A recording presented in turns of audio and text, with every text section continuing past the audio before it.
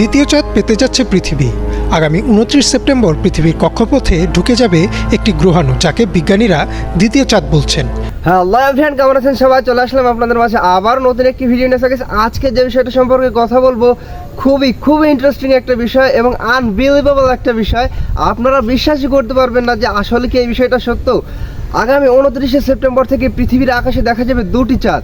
হ্যাঁ, আপনারা ভুল শোনেননি আর পাগল হয়ে যাননি, আমিও পাগল হইনি, এটা আসলেই সত্য। এবং এই চাঁদটি নতুন একটি নামকরণ করা হয়েছে, যেটা হচ্ছে 2024 PT5 এবং আমেরিকার অ্যাস্ট্রোনমিক্যাল সোসাইটির এক গবেষণায় উঠে এসেছে এমন চাঞ্চল্যকর সব তথ্য। এবং এটাকে বলা হয়েছে একটি মিনি মুন, এবং এটি পৃথিবীকে প্রদক্ষিণ করবে এবং পৃথিবীর আশেপাশে কতদিন থাকবে সেটাও জানা গিয়েছে। বলেছেন যে এটা মেবি 2 মাস পৃথিবীর আশেপাশে থাকবে এবং পৃথিবীর আকাশে দেখা যেতে পারে। তো গাইস, কথা না বেড়ে চলে যাবো আমরা সরাসরি স্ক্রিনে এবং বিস্তারিত থাকতে সম্পূর্ণ ভিডিও জুড়ে। 29 সেপ্টেম্বর রাত থেকে কি আকাশে 2টি চাঁদ দেখবে মানুষ? 2 মাস পর কোথায় যাবে এই চাঁদ? অথবা এই চাঁদ কি মানবজাতির জন্য কোনো হুমকি? দ্বিতীয় চাঁদ পেতে যাচ্ছে পৃথিবী। আগামী 29 সেপ্টেম্বর পৃথিবীর কক্ষপথে ঢুকে যাবে একটি গ্রহাণু, যাকে বিজ্ঞানীরা দ্বিতীয় চাঁদ বলছেন। তবে খুব বেশি সময়ের জন্য না, মাত্র 2 মাসের জন্য পৃথিবীর চারদিকে প্রদক্ষিণ করবে এই চাঁদ, অনেকটা অতিথির মতো। কিন্তু এই মহাজাগতিক ঘটনার সাথে উঠে এসেছে কিছু রহস্য। চলুন জেনে নেই পৃথিবীর এই দ্বিতীয় চাঁদের আদ্যপান্ত। জ্যোতির্বিজ্ঞানীরা বলছেন আগামী 29 সেপ্টেম্বর থেকে 25 নভেম্বর পর্যন্ত একটি গ্রহাণু পৃথিবীকে প্রদক্ষিণ করবে, যার নাম দেওয়া হয়েছে 2024 PT5।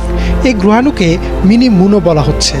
আমেরিকান অ্যাস্ট্রোনমিক্যাল সোসাইটির এক গবেষণায় এই গ্রহাণুর গঠন, ভ্রমণ পথ সহ অন্যান্য বিষয়গুলো উঠে এসেছে।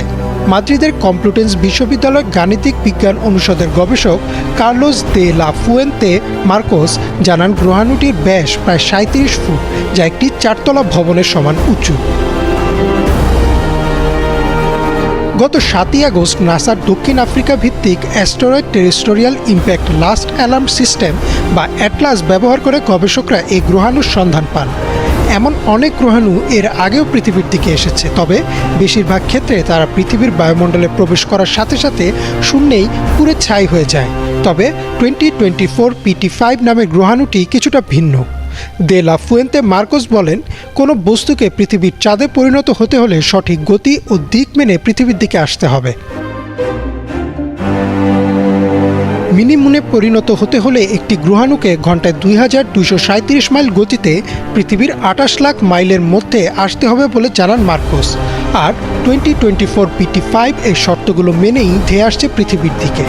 তবে কিছুটা হতাশ হবার মতো বিষয় হচ্ছে, রাতের আকাশে চাঁদের পাশে আরেকটি চাঁদ বা আকাশে একসাথে 2টি চাঁদ, এমন কোনো বিষয় ঘটবে না।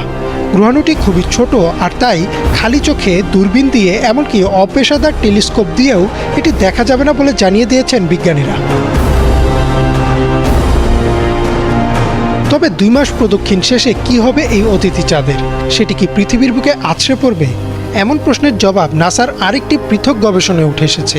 গবেষণায় বলা হয়েছে, পৃথিবীকে ধ্বংস করতে হলে একটি গ্রহাণুকে অন্তত 60 মাইল বা 3 লক্ষ ফুট ব্যাসের হতে হবে। কিন্তু 2024 PT5 গ্রহাণুটি এর চেয়ে খুবই ছোট, তাই এটি পৃথিবীতে আছড়ে পড়ার আগে বায়ুমণ্ডলেই পুড়ে ছাই হয়ে যাবে।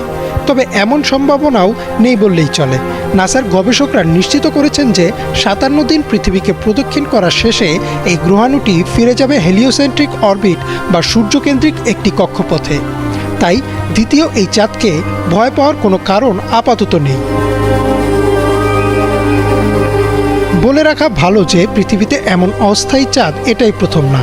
এর আগেও বেশ কয়েকবার এমন অতিথি চাঁদের দেখা পেয়েছে বিশ্ব। সর্বশেষ 2020 সালের ফেব্রুয়ারি মাসে পৃথিবীর কক্ষপথে 2020 CD3 নামের একটি গ্রহাণু দেখতে পান বিজ্ঞানীরা। পরবর্তীতে জানা যায়, শনাক্ত হওয়ারও কয়েক বছর আগে থেকেই এটি পৃথিবীকে প্রদক্ষিণ করছিল। তো গাইস, আপনারা সম্পূর্ণ ভিডিওটি দেখলেন এবং এই ভিডিও সম্পর্কে আপনাদের মূল্যবান মতামত অবশ্যই কমেন্ট বক্সে জানিয়ে যাবেন। দেখা হবে আপনাদের সাথে অন্য কোনো ভিডিওতে। ভালো থাকবেন, সুস্থ থাকবেন, আল্লাহ হাফেজ।